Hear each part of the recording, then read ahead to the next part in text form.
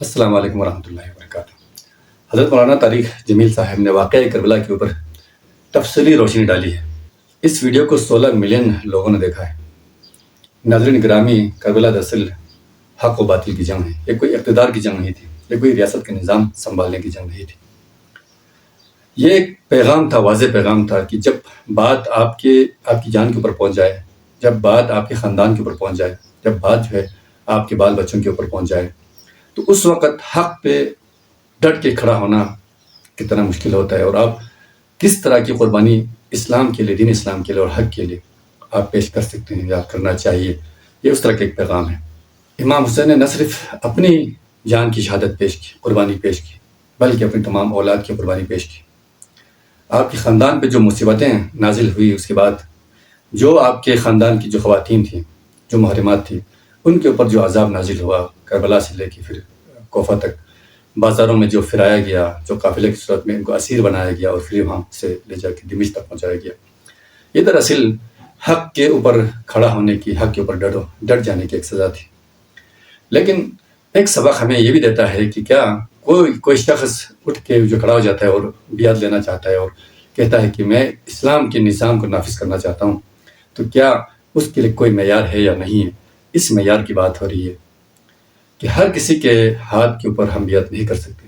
امام حسین نے یہ ہمیں سبق دیا ہے کہ شریعت مطہرہ کے اندر کوئی معیار ہے، اس معیار کے اوپر اترنا چاہیے، اس معیار کے اوپر پہنچ جانا چاہیے۔ یا ایک منصب امامت کو جو ہے قائم کرنے کے لیے تو اس کا ایک معیار، ایک اسلوب ہونا چاہیے۔ تو حضرت امام حسین علیہ السلام نے یہ معیار سیٹ کیا۔ تو ہم پہلے یہ پوری ویڈیو دیکھتے ہیں اور پھر اس کے اوپر ہم اپنا ریئیکشن دیتے ہیں۔ 17 اہل البیت شہید ہوئے، 17، جن میں سے ایک ایک پوری کائنات سے زیادہ وزنی ہستی تھا۔ ایک ترازو میں ایک کو رکھو اور ساری کائنات کو دوسرے ترازو میں رکھو تو ان کا وزن زیادہ تھا۔ اور اس 72 تو جان نثار تھے۔ اہل البیت 17، 19، 22 تک کا عدد آتا ہے۔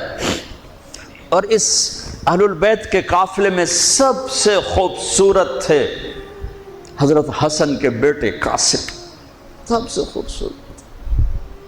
جب جان نثار سارے شہید ہو گئے ایک ایک کر کے، پھر اہل البیت کی باری آئی، پھر اہل البیت کی باری۔ تو آپ کے بیٹے علی الاکبر نے کہا، ابا میری آنکھ آپ کو مرتے نہیں دیکھ سکتی، پہلے مجھے مرنا ہوگا، پھر آپ کی باری آئے گی۔ اور پہلے شہید اہل البیت میں علی الاکبر ہے۔ ویسے تو میں کہتا ہوں تمام صحابہ میں سب سے مظلوم ہستی ہیں حضرت علی بن ابی طالب۔ آپ تو صرف حسین عباس سنتے ہو نا، حسین عباس، حسین عباس۔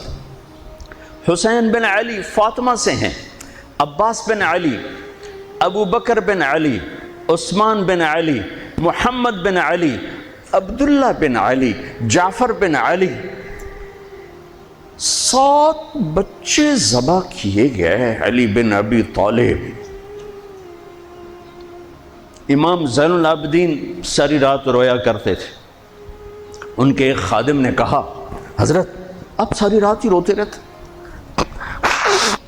کیوں؟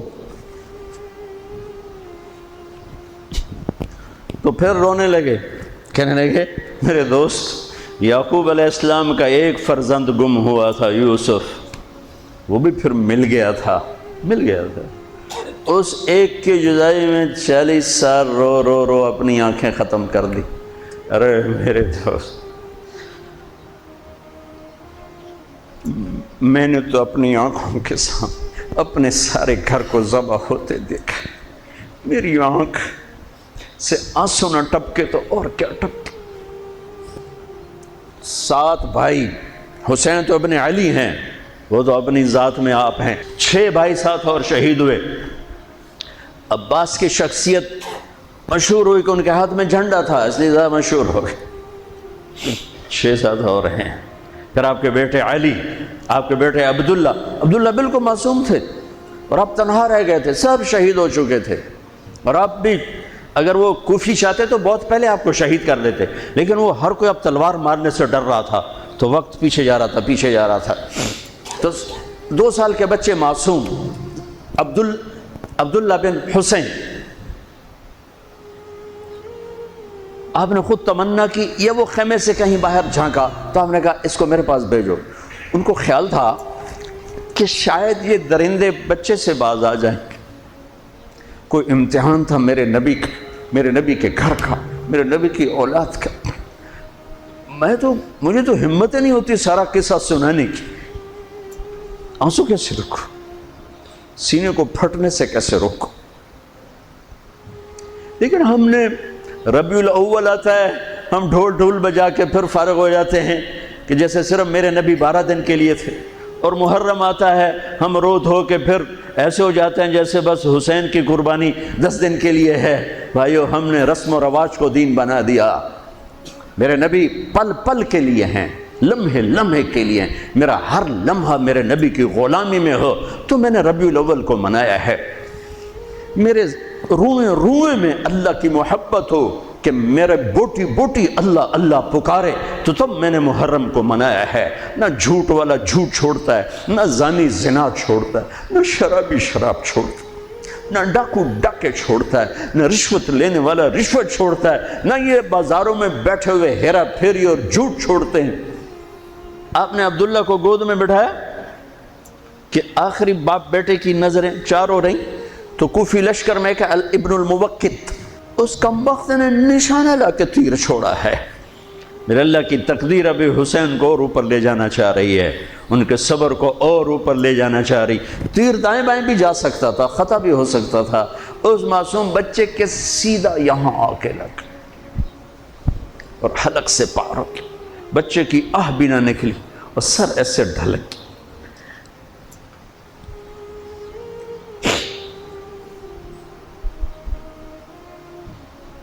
آئے دل ہی تو ہے نہ سنگ و خشت، درد سے بھرنا آئی کیوں. یہاں میرے نبی کے نواسے کا دل پھٹا ہے اور آپ نے اپنے بیٹے کا خون اپنے ہاتھوں میں ایسے لے لی، ایسے یوں گردن سے ابھر رہا تھا، یوں لے لی، پورے لپ بھر لی پوری اور یوں آسمان کی طرف بلند کیا. اے میرے رب، اگر تو اس طرح مجھ سے راضی ہے تو میرا سودا سستا ہے. یہ فیصل آباد والوں کو پیغام دینا ہے جو کہتے ہیں بچیاں نو کتھوں کھوا بھی ہے، بچیاں نو کتھوں کھوا بھی، روٹی کتھوں کھا بھی. مٹا دو کربلا کی تاریخ کو. سارا سال یزید کو گالیاں دینا اور کرسی پہ بیٹھ کے یزید بننا.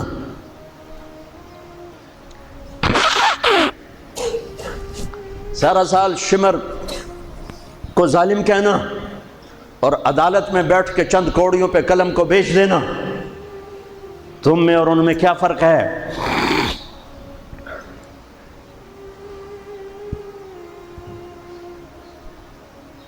ہمارا دین رسم و رواج نہیں ہے، حقائق پر ہے.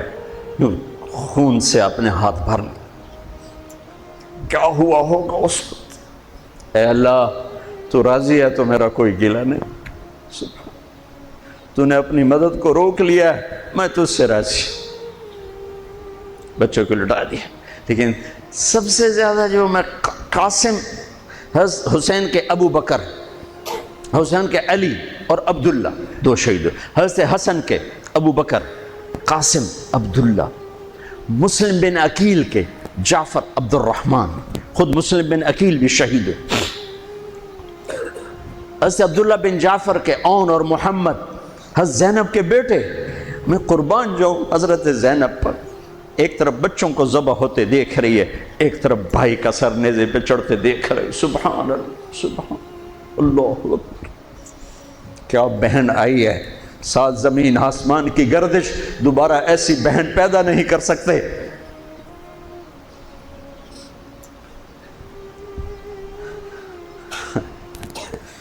وہ جو گیت تم نے سنا نہیں میری عمر بھر کا ریاض تھا. میرے درد کی تھی وہ داستان جسے تم ہنسی میں اڑا گئے.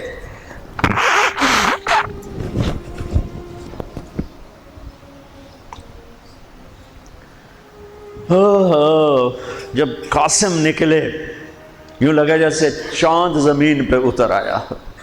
ان کو بھی نہیں چھوڑا. ان پر ایک کوفی نے وار کیا تو انہوں نے زور سے کہا، ہائے چچا، آئے چچا تو حسین تو زخموں سے نڈھال تھے، لیکن بھتیجے کی پکار پر زخمی شیر کی طرح جھپٹ اور کوفیوں کی صفوں کو چیرتے ہوئے آ کر قاتل پہ حملہ کیا، اس کا بازو کاٹ دیا، لیکن اس کو لوگوں نے گھیر لیا، یہ تڑپ کے نیچے گرے تو ان کے سرانے کھڑے ہو کر فرمایا بھتیجے آج تیرا چچا بڑا بے بس ہے، آج وہ تیری مدد کرنے سے بے بس ہے، یہ کیا منہ دکھائیں گے اپنے نبی کو جنہوں نے اس کی اولاد میں اپنی تلواروں کو رنگین کر دیا، اولاد کے خون میں جنہوں نے اپنی تلواروں کو رنگین کر دیا، یہ کیا منہ دکھائیں گے؟ عبداللہ بن عباس رضی اللہ تعالیٰ عنہ سوئے ہوئے تھے، 61 ہجری 10 محرم، خواب دیکھا اللہ کے نبی کے ہاتھ میں بوتل ہے اور اس میں خون ڈالنا ہے، زمین سے خون ڈال، کہا یا رسول اللہ یہ کیا ہے؟ آپ نے کہا یہ حسین اور اس کے ساتھیوں کا خون ہے، میں جمع کر رہا ہوں، میں قیامت کے دن ان کا وکیل بن کے آؤں گا، ان کا وکیل میں بنوں گا۔ ایسی عظیم اولاد، اتنے عظیم سپوت، صرف اللہ کو راضی کرنے پر بازی، میرے رب کی قسم اٹھا کے کہہ رہا ہوں کروڑ دفعہ اگر حضرت حسین رضی اللہ تعالی عنہ علیہ السلام یزید کے ہاتھ پر بیعت کر بھی لیتے تو ان کی جنت میں کوئی فرق نہیں پڑنا تھا، کہ میرے نبی کی خوشخبری شہادت کی وجہ سے نہیں تھی، ابھی ماں کی چھاتی کا دودھ پیتے تھے کہ میرے نبی نے اعلان کیا حسن اور حسین جنت کے نوجوانوں کے سردار ہیں۔ انہیں فرق نہیں پڑنا تھا، فرق آگے پڑنا تھا، امت کو دین پہنچانا ہے، امت کو پیغام پہنچانا ہے کہ جان مال کو اللہ پر فدا کرنا ہی عین کامیابی ہے، عین عزت ہے، عین معراج مومن ہے۔ ہم کوڑیوں پہ نہیں بکتے، ٹھیکروں پر نہیں بکتے، پیسے کی کھنک یا مال کی چمک یا کرسی کا کی ہوس یہ کسی مسلمان کے ضمیر کو نہیں خرید سکتی۔ اگر وہ بکا ہے تو اپنے ایمان کی خیر منائے، اگر وہ بکا ہے تو اس دن کا انتظار کرے جس دن میرا نبی حسین کا کٹا ہوا سر میدان محشر میں پیش کرے گا۔ لاؤ اپنی اولادیں، کوئی حسین سے قیمتی نسل دکھاؤ۔ تم بچوں کے لیے کہتے رہے روٹی کی تو کھاویے، بچنے کو تو پالیے، اے نہ کریے او نہ کریے تو کام کے میں ٹورے، لاؤ میرے حسین جیسا، لاؤ میرے عبداللہ جیسا، لاؤ میرے قاسم جیسا۔ ناظرین گرامی، یہ ویڈیو آپ نے دیکھی ہے، کربلا کا جو واقعہ پیش آیا ہے 60 ہجری میں، تو حضرت ابو ہریرہ رضی اللہ تعالیٰ عنہ سے مروی ہے کہ حضور نبی کریم صلی اللہ علیہ وسلم فرماتے تھے کہ 60 ہجری کے جو فتنے ہیں اس سے جو ہے نا بچنے کی آپ دعا کیا کرو، 60 ہجری سے پناہ مانگا کرو۔ کہ 60 ہجری میں پھر ہوا کیا تھا کہ اہل کوفہ نے حضرت امام حسین علیہ السلام کو خطوط بھیجے کہ آپ کوفہ تشریف لے کر آئیں اور عراق کا جو ہے نظام سنبھالیں، آپ کے ہاتھ پر ہم بیعت کریں گے، تو آپ تشریف لے کر آئیں تو ہم آپ کے ہاتھ پر بیعت کریں گے اور ایک اسلامی نظام کو یا خلافت کے اس نظام کو ہم اس کو جاری رکھیں گے۔ تو حضرت امام حسین علیہ السلام نے پہلے لیت و لال سے کام لیا، کیونکہ ان کو کوفہ کے لوگوں کے بارے میں، ان کے جو رویوں کے بارے میں، ان کے کردار کے بارے میں آپ کو پہلے سے شک تھا۔ لیکن چونکہ جب خطوط پر خطوط آئے، کہا جاتا ہے کہ ایک ٹھیلا بھر چکا تھا خطوط سے کہ آپ کی طرف اتنے خطوط آئے کہ اگر آپ نہیں آئیں گے تو ہم قیامت کے دن، محشر کے دن، ہم آپ کے نانا صلی اللہ علیہ وسلم کے سامنے آپ کا یہ جو کیس ہے وہ رکھیں گے کہ ہم نے آپ کو حق و باطل کی اس جنگ کے لیے ہم نے آپ کو مدعو کیا تھا، آپ کے نواسے کو ہم نے خطوط بھیجے تھے کہ آئیں منصب امامت کو، خلافت کو سنبھالے، لیکن وہ نہیں آئے، تو ہم اس دن آپ کے ہمارے ہاتھ ہوں گے اور آپ کا گریبان ہوگا۔ امام حسین علیہ السلام بہت مجبور ہوئے، اور آپ کو پتہ بھی تھا کہ یزید جو ہے منصب خلافت کا حقدار نہیں ہے۔ تو امام حسین علیہ السلام جب خطوط پر خطوط آئے تو پھر آپ مجبور ہو کر آپ چلے گئے، مدینہ سے مکہ چلے گئے، اور پھر حج کے دوران آپ نے حج کو بھی دورہ چھوڑا اور پھر آپ کوفہ کے راستے پہ چل پڑے۔ جب کوفہ کے راستے کے لیے آپ نکلے تو بہت سارے جو احباب ہیں انہوں نے آپ کو روکنے کی کوشش کی، آپ مت جائیں، کیونکہ یہاں پہ آپ کے لیے خطرہ ہے. اگر آپ جانا چاہتے ہیں تو پھر آپ اپنا لاؤ لشکر لے کر چلیں.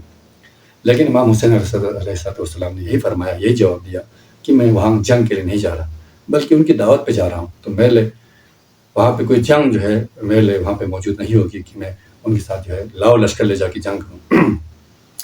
بہرحال آپ جب پہنچے کربلا کے میدان میں تو حضرت حر رضی اللہ تعالیٰ عنہ نے یزید کی لشکر کی طرف سے آپ کو روکا پہلے، اور پھر روکتے آپ کو واپس بھی جانے نہیں دیا، اور آپ کو آگے بھی کوفہ کی طرف بھی جانے نہیں دیا، بلکہ آپ کو گھیرتے ہوئے روکتے ہوئے لے کے آ کے کربلا کے میدان میں لے کر آئے. اور پھر کربلا کے میدان میں جو وقوع پیش آیا آپ کے سامنے ہے کہ 3 دن تک حضرت امام حسین علیہ السلام کو کوفہ کے یزیدی فوجیوں نے آپ کے اوپر پانی بند رکھا، اور 3 دن تک آپ کو بالکل پیاسا رکھا ہے. یہ تمام طریقہ کار جو ہے وہ اسلامی جو رواج ہے، اسلامی طریقہ ہے، اسلامی روایت ہے، جنگوں کی روایت ہے، اس کے خلاف ہے، اس کے منافی ہے. کیونکہ وہاں پہ بچے تھے، وہاں پہ جانور تھے، وہاں پہ عورتیں تھیں، ان کو پانی بند کرنا کسی بھی اسلامی روایت کے اندر، کسی بھی جنگ کے اندر ہمیں یہ روایت نہیں ملتی، لیکن اہل کوفہ نے یہ کیا. بس 3 دن تک آپ کے اوپر، آپ کے اہل خانہ کے اوپر جو ہے پانی کو بند رکھا. وہاں پہ کتنے لوگ تھے؟ زیادہ لوگ نہیں تھے، خواتین تھے، بچے تھے، اور پھر 72 جو ہے آپ کی جان سران تھے، پھر آپ کے خاندان کے کچھ مرد حضرات تھے. کہا جاتا ہے کہ 18 کے قریب لوگ تھے جو اہل بیت میں سے تھے. حضرت امام حسین علیہ السلام کو جب یہ پتہ چلا کہ یہ کسی طرح سے بھی مجھے جانے نہیں دیں گے، آپ نے حالانکہ شاید رکھی، آپ نے حالانکہ یہ بھی جو ہے ان سے کہا کہ میں چلو یزید کی بھی میں بیعت نہیں کرتا، لیکن میں کوفہ بھی نہیں جاتا، میں واپس چلا جاتا ہوں اپنے نانا کے شہر مدینہ واپس چلا جاتا ہوں. لیکن انہوں نے انکار کیا. پھر آپ نے کہا کہ میں پھر سرحدوں کی طرف چلا جاتا ہوں. پھر آپ نے کہا کہ میں ہندوستان کی طرف چلا جاتا ہوں، پھر میں وہاں پہ جہاد کروں گا، میں اسلام کی بقا کے لیے میں وہاں پہ کام کروں گا، لیکن میں آپ کی ان ریاستوں کے اندر میں نہیں رہوں گا. لیکن پھر بھی انہوں نے آپ کو آپ کی جان بخشی نہیں کی، آپ کو جانے نہیں دیا گیا. اسی طرح کربلا کے میدان کے اندر 10 محرم الحرام کو جب آپ کو معلوم ہوا کہ یہ لوگ جنگ چاہتے ہیں تو آپ لوگوں نے اپنی قربانی پیش کی. ایک ایک کر کے آپ کے کہا جاتا ہے کہ 18 تو آپ کے بھائی تھے، حضرت علی علیہ السلام کے جو بیٹے تھے، انہوں نے جام شہادت نوش کی. جب آپ کے خاندان ختم ہوا تو آخر میں جا کے آپ نے، جب آپ آخری مرد بچ گئے تھے، صرف سید السجاد جو آپ کے بیٹے تھے وہ بہت بیمار تھے، وہ کربلا کے میدان میں جنگ کے لیے نہیں جا سکتے تھے، تو پھر صرف ان کی جان بچ گئی. باقی تمام کے تمام جو یہاں پہ آپ کی جان سران تھے، آپ کے اولاد تھے، آپ کے بھائی تھے، وہ سارے کے سارے اس کربلا کے میدان میں شہید ہوئے. تو یہ کربلا کا فلسفہ یہ ہے کہ یہاں پہ قربانی ہے، یہاں پہ دین حق کے لیے کھڑا ہونا ہے. تو حضرت مولانا طارق جمیل صاحب نے جس انداز میں اس واقعے کو بیان کیا ہے قابل تحسین ہے. اور ہمیں بھی یہ چاہیے کہ ہم تفرقہ بازی کے اندر پڑھنے کے بجائے ہم حق کو سمجھنے کے اور حق سے استفادہ حاصل کرنے کی ہم کوشش کریں، اور ہم یہ جاننے کی کوشش کریں کہ ہماری تاریخ کے اندر کس نے مثبت رول پلے کیا، کس نے منفی رول پلے کیا، کون حق پر قائم تھا اور کون باطل کا پیروکار تھا.